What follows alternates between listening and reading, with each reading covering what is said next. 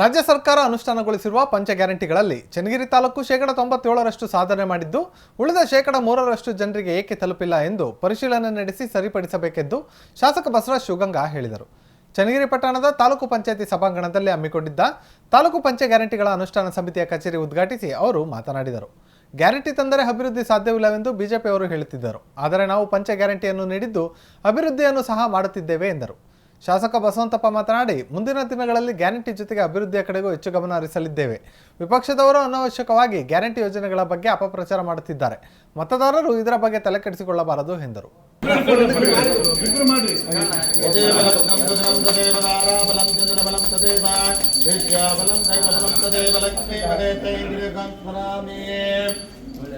ಐದು ಗ್ಯಾರಂಟಿಗಳ ಜಾರಿಗೆ ಬರೋದೇ 6ನೇ ಗ್ಯಾರಂಟಿ.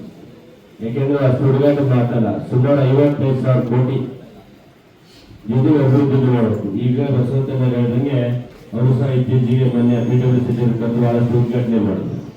ನಾನು ಕಳೆದ ಬಹಳಷ್ಟು ಉದ್ಘಾಟನೆ ಮಾಡಿದೆ. ಜೊತೆಗೆ ಇವತ್ತೇ ಸುಮಾರು 6,000 ಕೋಟಿ ಅನುದಾನಗಳನ್ನ ನಮ್ಮ ದೇವರಹಳ್ಳಿ ಗ್ರಾಮ ಪಂಚಾಯತಿ ವ್ಯಾಪ್ತಿಯಲ್ಲಿ 5 ಕೋಟಿಗೂ ಸಮುದಾಯ ಭವನ, 1 ಕೋಟಿ ಕಾಲೇಜ್ ಕೊಠಡಿ, ಒಂದು ನಾಡ ಕಚೇರಿಗಳನ್ನ ಈ ರೀತಿ ಉದ್ಘಾಟನೆ ಇದೆ. ಎಲ್ಲಿ ಬಿಜೆಪಿ ಮಾತಾಡ್ತಾ ಇದ್ರು, ಇವ್ರೇನ್ ಗ್ಯಾರಂಟಿ ಜಾರಿಗೆ ತಂದು ರಾಜ್ಯದ ದಿವಾಳಿ ಮಾಡಿಬಿಟ್ರು, ಯಾವುದೇ ರೀತಿ ಅಭಿವೃದ್ಧಿ ಕಾರ್ಯಗಳು ಮಾಡಕ್ ಆಗಲ್ಲ.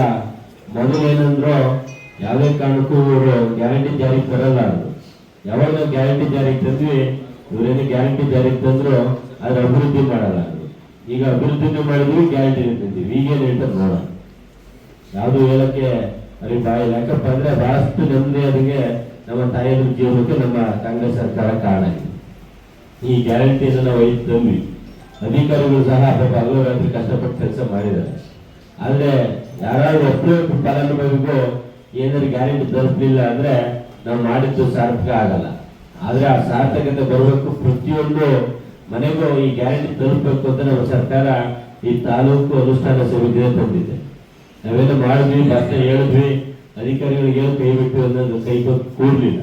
ನಮ್ಮ ಅದಕ್ಕೋಸ್ಕರ ಒಂದು ಸಮಿತಿನೇ ಮಾಡಿದೆ, ಒಂದು ಕಾರ್ಯಪಡೆನೇ ಕಟ್ಟಿದೆ. ಎಲ್ಲೂ ಸಹ ಸರ್ಕಾರ ದುಡ್ಡು ಕೋಲಾಗಂಗಿಲ್ಲ. ಸರ್ಕಾರದ ಅನುದಾನ ಕರೆಕ್ಟಾಗಿ ಯಾರ್ಯಾರು ಫಲಾನುಭವಿಗೆ ಮುಟ್ಟಬೇಕು, ಯಾರಿಗಾರು ತೊಂದರೆ ಆಗಿದ್ರೆ ಆ ತೊಂದರೆಗಳನ್ನ ನಿವಾರಿಸಬೇಕು ಅಂತ ಇವತ್ತು ಕಮಿಟಿ ಮಾಡಿದ್ದಾರೆ. ಎಲ್ಲವನ್ನ ನಿರ್ವಹಣೆ ಮಾಡ್ತಕ್ಕಂಥದ್ರಲ್ಲಿ ಯಶಸ್ವಿಯಾಗಿದ್ದಾರೆ. ಇವತ್ತು 2 ವರ್ಷ ಇವತ್ತು ದುಡ್ಡು ಕೊಟ್ಟಿದ್ದಾರೆ. ಮೊನ್ನೆ 4ನೇ ತಾರೀಕು ಬಿದ್ದಿದೆ, 29ನೇ ತಾರೀಕು 2 ದಿನ ಅಮೌಂಟ್ ಹಾಕಿದ್ದಾರೆ. ಇವೆಲ್ಲವೂ ಸಹ ನಾವು ನಿರಂತರವಾಗಿ ಆ ಯೋಜನೆಯನ್ನ ಕೊಡ್ಕೊಂತ ಬರ್ತಕ್ಕಂಥ ಸರ್ಕಾರ ಈ ದೇಶದಲ್ಲಿ ಆದಿದ್ರೆ ಅದು ನಮ್ಮ ಕರ್ನಾಟಕ ಸರ್ಕಾರ ಅಂತ, ಕಾಂಗ್ರೆಸ್ ಸರ್ಕಾರ ಅಂತಕ್ಕಂಥದ್ದು ನಾವು ಹೇಳಿದ್ದೆವು. ಯಾಕಂದ್ರೆ ಪಕ್ಕದ ರಾಜ್ಯಗಳು ದೇಶದಲ್ಲಿ ಬೇರೆ ಬೇರೆ ಕಡೆ ಇವತ್ತು ನಮ್ಮ ಯೋಜನೆಯನ್ನೇ ಕಾಪಿ ಮಾಡಿಕೊಂಡಿರ್ತಕ್ಕಂಥ ತಾವು ನೋಡ್ರಿ. ಚುನಾವಣೆ ಸಂದರ್ಭದಲ್ಲಿ ನಾವು ಕೊಟ್ಟಿರ್ತಕ್ಕಂಥ ಯೋಜನೆಯನ್ನ ಕಾಪಿ ಮಾಡಿಕೊಂಡು ನಾವು ಈ ಗ್ಯಾರಂಟಿ ಕೊಡ್ತಾ ಅಂತಕ್ಕಂಥ ಯೋಜನೆ ಮಾಡಿದ್ವಿ. ಇದು ನಮ್ಮ ಯೋಜನೆ ಎಷ್ಟು ಮಹತ್ವದ ತಿಳ್ಕೊಬೇಕು. ನಮ್ಮ ಗ್ಯಾರಂಟಿಯನ್ನ ಕಲ್ತು ಅವ್ರಿಗೆ ನಾವು ಗ್ಯಾರಂಟಿ ಕೊಡ್ತಾ ಅಂತಕ್ಕಂಥದ್ದನ್ನ ಮಾಡಿದ್ರೆ ಅದನ್ನ ಒಪ್ಕೊಂಡಂತ ಅರ್ಥ. ಅವ್ರು ಒಪ್ಕೊಂಡ ಮೇಲೆ ಅದನ್ನ ನಾವು ಕೊಡ್ತಕ್ಕಂಥದ್ದು ಸರ್ಕಾರ ಸ್ವಲ್ಪ ಒಂದು ತಿಂಗಳು ಹೆಚ್ಚು ಕಮ್ಮಿ ಆಗ್ಬೋದು ಕೊಡೋದಲ್ಲಿ. ಆದ್ರೆ ಮನೆಗೆ 5 ದಿನ ಅಂಟ ಏನಾದ್ರು ತರೋದು ಒಂದು ತಿಂಗಳು ಹೆಚ್ಚು ಕಮ್ಮಿ ಆಗತ್ತೆ. ಅಂಥದ್ದು ಇಷ್ಟೊಂದು ಕೋಟ್ಯಾಂತರ ಜನಕ್ಕೆ ಕೊಡ್ಬೇಕಾದ್ರೆ ಒಂದು ತಿಂಗಳು ಹೆಚ್ಚು ಕಮ್ಮಿ ಆಗುತ್ತೆ. ಅದ ಬಿಟ್ಟು ನಾವು ನಿಷ್ಕ್ರಿಯ ಅಂತೂ ಮಾಡಿಲ್ಲ. ರಾಜ್ಯ ಸರ್ಕಾರ ತಾಯಂದ್ರಿಗೆ ನಾವು ನಿಷ್ಕ್ರಿಯ ಮಾಡಿಲ್ಲ.